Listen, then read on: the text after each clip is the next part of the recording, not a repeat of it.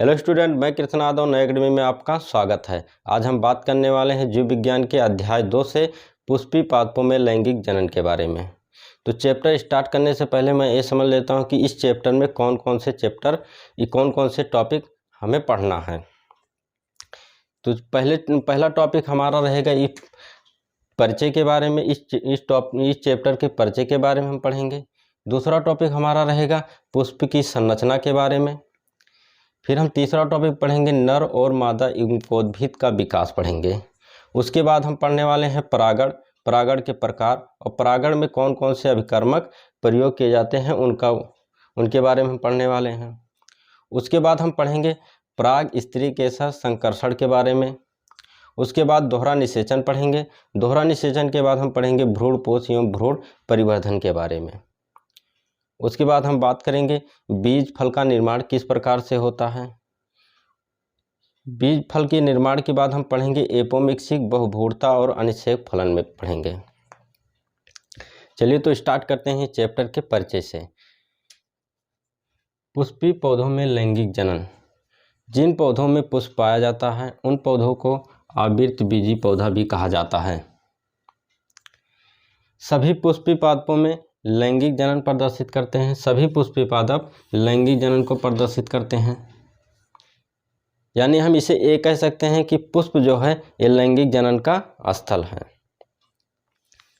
पादप में पुष्प विकसित होने से पहले यह तय हो जाता है कि पुष्प आने वाले हैं,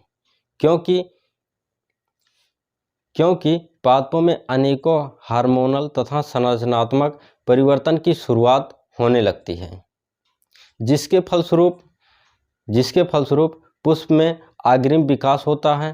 पुष्प कलिकाएं बनती हैं और ये पुष्प कलिकाएं जो हैं फूल में बदल जाती हैं। ये पुष्प कलिकाएं फूलों में बदल जाती हैं, पुष्प में बदल जाती हैं। पुष्प के अंदर नर जनन अंग तथा मादा जनन अंग पाए जाते हैं। नर जनन अंग को पुंकेसर या एंडोसियम कहा जाता है और मादा जनन अंग को कार्पेल या गायनोसियम के नाम से जाना जाता है। पुष्प की संरचना पढ़ने से पहले हम ये समझ लेते हैं कि मनुष्यों का पुष्प के साथ क्या संबंध है, यानी हम लोगों का पुष्प के साथ क्या संबंध है। तो मनुष्यों का पुष्प के साथ बहुत घनिष्ठ संबंध है। मानव के लिए पुष्प क्या है? मानव के लिए पुष्प जो है एक आकर्षक अंग है। क्या है? एक आकर्षक अंग है। एक आकर्षक अंग है जिसका उपयोग हम सौंदर्य के रूप में करते हैं।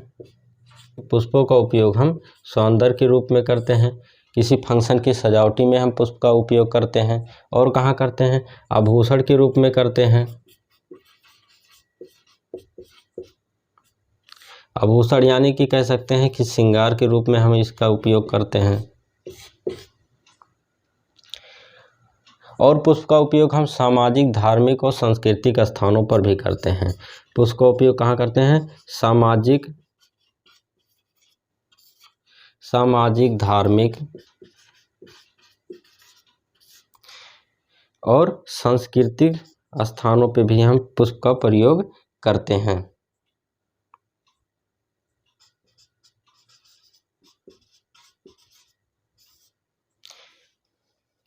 तो हम पुष्प का उपयोग कहाँ कहाँ करते हैं? सौंदर्य के रूप में, आभूषण या श्रृंगार के रूप में हम करते हैं। सामाजिक, धार्मिक और सांस्कृतिक स्थानों पर भी पुष्प का उपयोग करते हैं। इसके अलावा हम पुष्प का उपयोग कहाँ करते हैं? इसके अलावा हम अपने इमोशन को प्रदर्शित करने के लिए अलग अलग पुष्पों का उपयोग करते हैं। जैसे अपने प्रेम को प्रदर्शित करने के लिए लाल रंग का उपयोग करते हैं।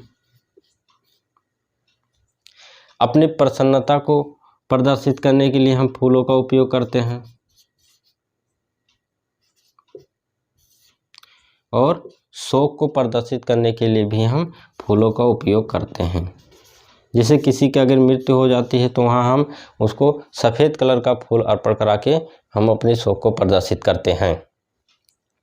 अब हम बात करने वाले हैं पुष्प की संरचना के बारे में। किसके बारे में? पुष्प की संरचना के बारे में।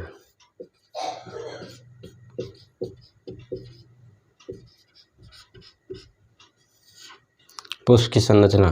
पुष्प की संरचना में भी जो बीच वाला भाग होता है, ये पूरा बीच वाला भाग, इसे कहते हैं स्त्री केसर। स्त्री केसर में सबसे ऊपरी भाग होती है, इसको वार्तिकाग्र कहते हैं, स्टिग्मा के नाम से जाना जाता है। और बीच वाली नली को वर्तिका या स्टाइल के नाम से जाना जाता है। और जो फूला हुआ भाग होता है नीचे, इसको अंडाशय या ओवरी के नाम से जानते हैं। वर्तिकाग्र, वर्तिका और अंडाशय तीनों को मिला के स्त्री केसर कहा जाता है या कार्पल कहते हैं। कार्पल अगर एक है तो कार्पल, और अगर एक कार्पल गुच्छे के फॉर्म में है, अगर गुच्छा में है तो इसे जयांग या गायनोसियम के नाम से जाना जाता है। अब हम बात करते हैं नर जननांग के बारे में। नर जननांग जो ये पतला डंठल सा स्ट्रक्चर दिख रहा है, ये नर जननांग है। नर जननांग का ये जो पतला डंठल दिख रहा है, इसको तंतु या फिलामेंट कहते हैं। ऊपरी जो फूला हुआ भाग है, इसको परागकोश या एंथर के नाम से जाना जाता है। परागकोश और तंतु को मिला के पुंकेसर नाम दिया जाता है, स्टोमेन के नाम से जाना जाता है। अगर एक है तो स्टोमेन, और अगर एक गुच्छे के फॉर्म में है तो इसे पुमंग या एंडोसियम के नाम से जाना जाता है। पुमंग या एंडोसियम के नाम से जानते हैं। पुष्प के जो निचला हरा भाग होता है, उसे बाह्य दल या सेपल के नाम से जाना जाता है। और जो बड़ी वाली पंखुड़ी होती है, इसको हम दल या पेटल के नाम से जानते हैं। अब हम बात करने वाले हैं नर जनन के संरचना के बारे में।